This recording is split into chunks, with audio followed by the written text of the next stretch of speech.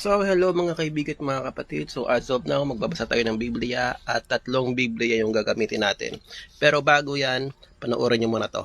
Sa inyo ay ang isa pa sa mga talatang ginagamit ng Iglesia Katolika na nagtuturo na di umano ay tunay na Diyos ang ating Panginoon Kristo. Ang kanilang pinagbabatayan pa ay ang nakasulat po sa Juan 1:18 ng Contemporary English Version. At patutunayan po namin sa inyo sa pagkakataong ito na hindi lamang po ang pagkakasalin ng Juan 1:18 ang mali, kundi magi ang kanilang pagkaunawa sa nasabing talata.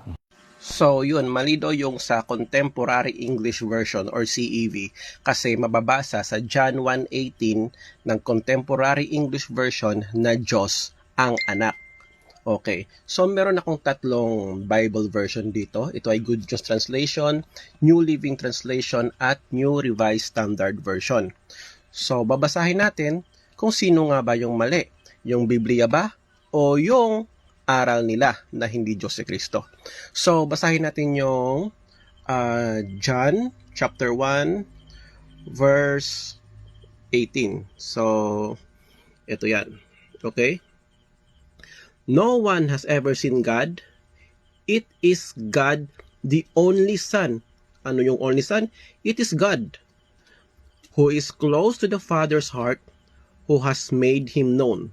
So, malinaw dito na ang Son is God.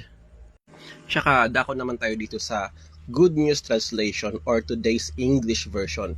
So, say, John chapter 1, verse 18.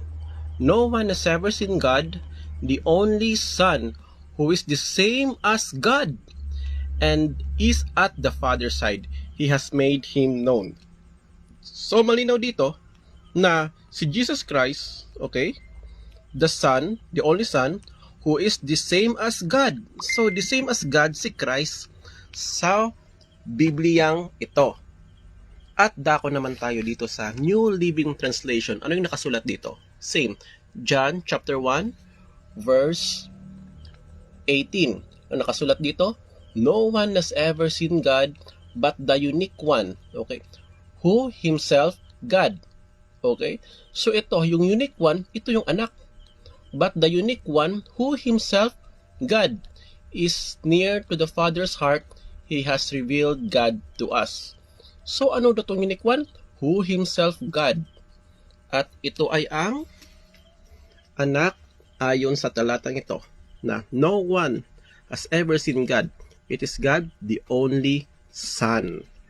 So, yun, malinaw sa mga Biblia na ito na ang anak ay Diyos. At wala kang mababasa sa Biblia na si Kristo o yung anak ay hindi Diyos. So, malinaw na kung ano yung nakasulat sa Biblia, ito yung tama. At kung sino man yung kumontra dito, siya yung mali. Yun lang, and God bless sa ating lahat.